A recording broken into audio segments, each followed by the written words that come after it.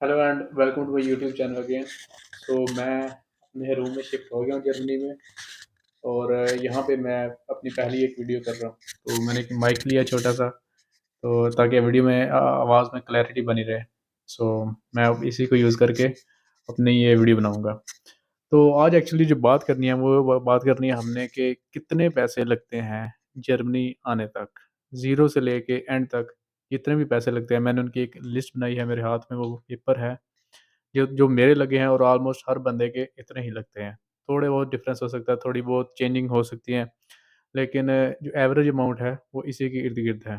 आपने थंबनेल देख लिया होगा, ये 4 लाख के करीब है, और जो ब्लॉग अमाउंट है उसका मैं आपको डिटेल से इस वीडियो में बताऊँगा। तो पैसे कितने लगते हैं किसी मुल्क जाने के लिए, ये सबसे पहला मौज़ू होता है, ये सबसे पहला क्वेश्चन होता है जो किसी भी इंसान के ज़हन में आता है। मेन जो मकसद होता है किसी भी इंसान का, जो हर ख़ास तौर पे पाकिस्तानी होते हैं बाहर जाने का, वो पैसा कमाना ही होता है। इसमें कोई दो राय नहीं है, कोई इसमें कोई ढकी छुपी छुपी बात नहीं है। और सबसे पहले इंसान जब बाहर जाने की सोच रहा होता है तो वह यही सोचता है कि उसके कितने पैसे लगेंगे, उसका बजट कितना है, उसके उसके पास कितनी अमाउंट है जो वो अफ़ोर्ड कर सकता है बाहर जाने के लिए। तो शुरू करते हैं। सबसे पहले मैं ज़ीरो से स्टार्ट करूँगा, जो मेरे पैसे लगना स्टार्ट हुए हैं। तकरीबन 1 साल पहले मैंने मूड बनाया था, इरादा किया था कि मैंने बाहर जाना है और जर्मनी ही जाना है। रिसर्च मैंने की थी, लेकिन एट द एंड मैंने फाइनल किया था कि जर्मनी ही जाना है, और उसी के लिए सारी एफ़र्ट करनी है, कहीं और अप्लाई अप्लाई नहीं करना, और ना ही मैंने कभी किसी और कंट्री में एडमिशन के लिए अप्लाई किया है।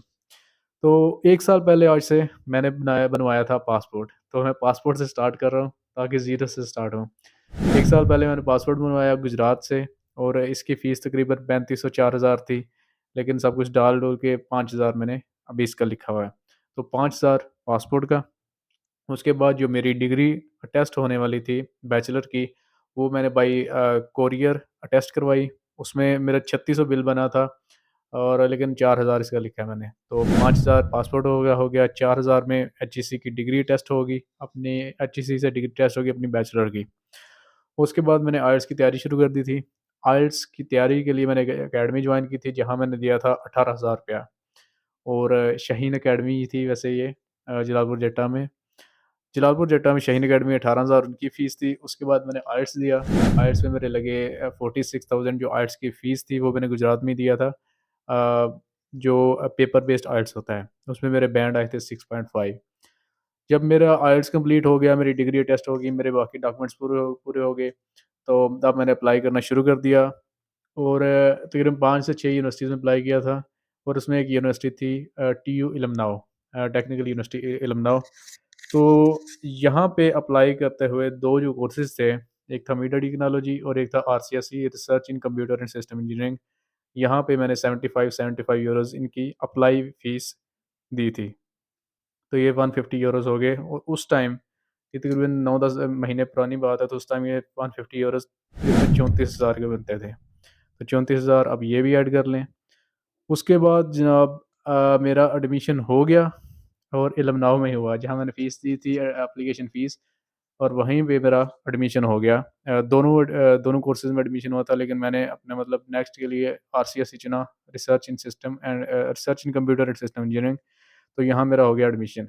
लेकिन यहाँ एक ट्विस्ट आया कि इन्होंने कहा कि हमें तो आइल्स चाहिए 7, आपका है, हमें C1 आइल्स चाहिए, आपका 6.5 है, तो आपका ये कंडीशनल एडमिशन है। तो आप अगर 7 कर लेते हैं, तब हम आपको एनरोल कर लेंगे।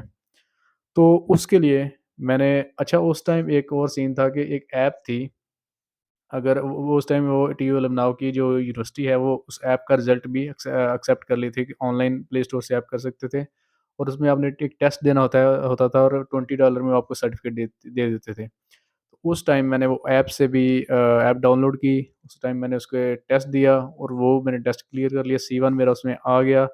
उसको डाउनलोड करने के लिए जो आपका सर्टिफ़िकेट होता है, वो डाउनलोड करने के लिए आपके लगते थे $20। आप उसको भी ऐड कर लें, उसका भी तकरीबन 5,000 हो गए। लेकिन जब मैंने उनका टेस्ट सेंड किया, जो रजिस्ट्रेशन डिपार्टमेंट था इलमनाउ का, तो उन्होंने कहा कि हमने अभी बस जस्ट इसी सेमेस्टर से ये सर्टिफ़िकेट एक्सेप्ट करना बंद कर दिया है। तो आप या आइल्ट्स करें या पीटीई का एग्ज़ाम दें। तो वो मेरा वेस्ट गया, लेकिन मेरे पैसे तो लगे थे, तो वो मैंने इसमें काउंट किए हैं। इसके बाद फिर मैंने आइल्ट्स दोबारा किया। आइल्स तब पहले मैंने पेपर बेस किया था, उसकी 46,000 फ़ीस थी। लेकिन जो मैंने दोबारा किया वो मैंने कंप्यूटर बेस दिया, लाहौर जाके एक ही दिन में सारे टेस्ट दिए, तो उसकी फ़ीस थोड़ी कम थी, वो थी 42,000। तो 42,000 आप मज़ीद इसमें ऐड कर लें। इसके बाद जनाब मैंने एफआरसी बनवाई अपनी। वैसे एफआरसी अगर नादरा से बनवाएँ तो 2,000 में बनती है, लेकिन मैंने जल्दी में वो एक फ़ोटोकॉपी वाला बंदा था, उसको 2,000 रुपए दिए और उसने अगले दिन मुझे एफआरसी बना के दे दी।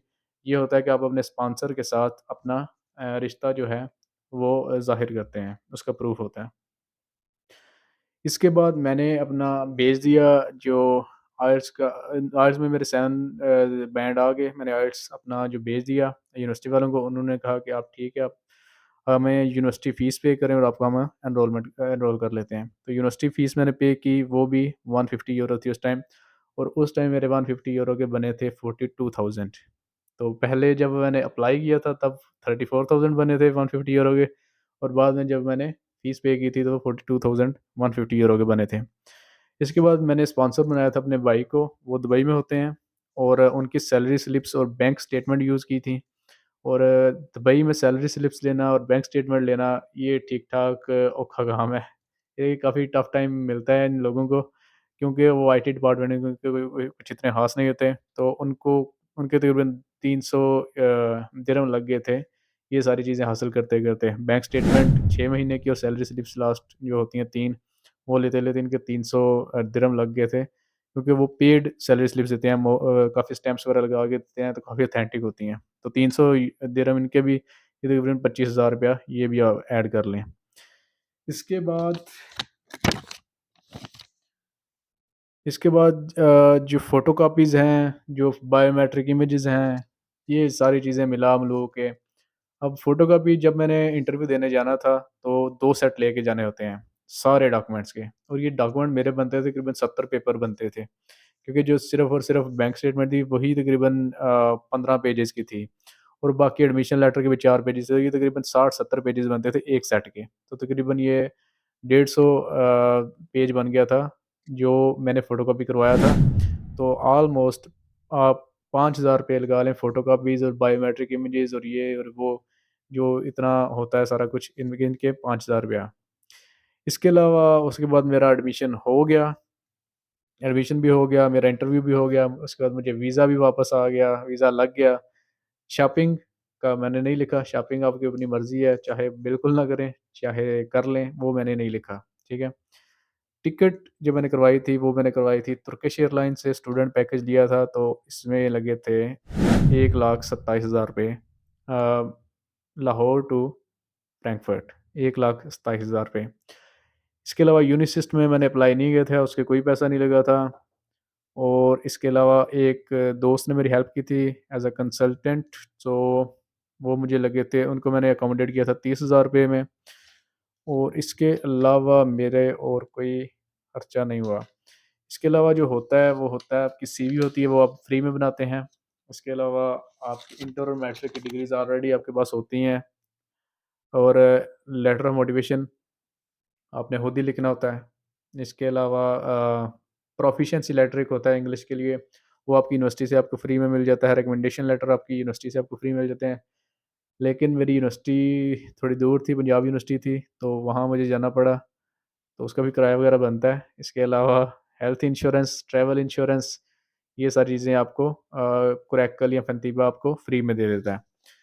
तो इसके अलावा स्पॉन्सर लेटर भी आप फ्री में बनवा लेते हैं। इसके जो ये जो चीज़ें हैं, जो छोटी-मोटी फ़ोटोकॉपीज़ हैं, ये जो किराए लगते हैं, तकरीबन ये सारे प्रोसेस में तकरीबन 20-25 हज़ार का मैंने तो सिर्फ़ मोटरसाइकिल अपने होंडा मोटरसाइकिल पे सिर्फ़ पेट्रोल ही जला दिया होगा। तो इसके अलावा 15,000 इन चीज़ों को डाल लें, जो मिसलेनियस कैटेगरी में आती हैं, जो इधर-उधर घूमने में किराया लगता है और इधर-उधर चीज़ें लगती हैं।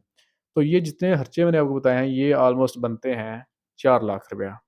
4 लाख रुपए जो मेरा लगा है, ये वो वाले पैसे हैं जो मेरे वापस नहीं आएँगे, ये मेरे लग गए हैं, ठीक है? और इस टोटल ज़ीरो से लेके मैंने पासपोर्ट से लेके एंड तक आपको टिकट तक बताया है, जो 4 लाख रुपया लगा है, ठीक है? शॉपिंग मैंने इंक्लूड नहीं किया, शॉपिंग आपकी अपनी मर्ज़ी है, कोई 10 लाख की भी कर सकता है, कोई 10,000 की भी कर सकता है।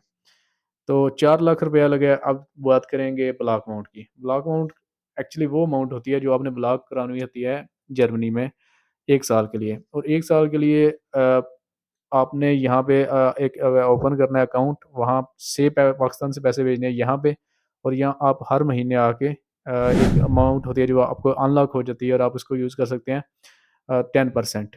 तो अगर आपने अभी जो अमाउंट होती है वो तकरीबन 12,000 समथिंग है, मेरे ख़्याल से 12,300 यूरो है, वो आपने ब्लॉक करवानी होती है और वो आप यहाँ आके वापस ले सकते हैं। तो ये वो पैसे हैं जो आपको एक-एक रुपया आपको वापस मिल जाएगा। ये पैसे आपके ज़ाया नहीं जाएँगे, ये आपको एक-एक रुपया वापस मिल जाएगा, तो वो इस खर्चे में इंक्लूड नहीं है। मुझे पड़े थे तकरीबन 36 लाख रुपया जो मैंने ब्लॉक करवाया था, और वो बनते थे तकरीबन इधर आके 12 लाख या 11 12,000 या 11,000 यूरो। तो वो मैंने ब्लॉक क्रैकल्स को यूज़ किया था। क्रैकल से मैंने वो अमाउंट ब्लॉक करवाई थी, और अभी मेरी अनब्लॉक होने वाली है। अभी मैंने अकाउंट नहीं ओपन करवाया, लेकिन करवा लेना है, और वो मुझे पैसे सारे के सारे वापस मिल जाएँगे, और उन्होंने मुझे हेल्थ इंश्योरेंस और ट्रैवल इंश्योरेंस दी थी। तो मत कहने का मतलब ये है कि ये जो 36 लाख मैंने ब्लॉक कराए थे वो मुझे वापस मिल जाएँगे, जिनके जिनसे मैंने लिए हैं मैं उनको वापस कर दूँगा, या अगर मेरे हैं तो मैं रख लूँगा, या जो भी इसका सीन होगा वो हम मतलब जो भी पैसे लेके आता है वो आपको वापस मिल जाते हैं। वो पैसे ये जर्मन वाले नहीं रखते। तो इसका ये अल्टरनेटिव ये भी हो सकता है कि अगर आपका यहाँ कोई रिश्तेदार है, लाइक आपका ब्रदर, आपके फादर, आपके कोई अंकल, तो आपको लेटर ऑफ ऑब्लिगेशन दे सकते हैं। इसका मतलब ये होता है कि हम इस बंदे की जो बंदा आ रहा है, सारे एक्सपेंसेस कवर करेंगे। लेकिन उस लेटर ऑफ ऑब्लिगेशन को लेटर ऑफ ऑब्लिगेशन के लिए भी कुछ शराइत होती हैं, जो बंदा दे रहा होता है कि वो उसकी पीआर हो और वो अच्छे खासे पैसे कमा रहा हो, तब वो लेटर ऑफ ऑब्लिगेशन उसको इश्यू किया जाता है। तो वो अगर आपको मिल जाए तो अब आपको ये ब्लॉक अमाउंट जमा करवाने की कोई ज़रूरत नहीं है, तब आपका ये सारा खर्चा बच जाता है। लेकिन लेटर ऑफ ऑब्लिगेशन की आपकी शराइत वगैरह पहले देखनी पड़ेंगी कि जो बंदा दे रहा है उसको पीआर होनी चाहिए उसके पास अच्छी खासी अर्निंग प्रूफ होनी चाहिए, तब वो लेटर ऑफ ऑब्लिगेशन उसको इश्यू किया जाता है। तो यही थी सारी ओवरऑल वीडियो। अगर आपको कुछ भी इसमें क्वेश्चन हो, कुछ भी हो, तो आप मुझे कमेंट में पूछ सकते हैं और मैसेज कर सकते हैं। Thank you so much.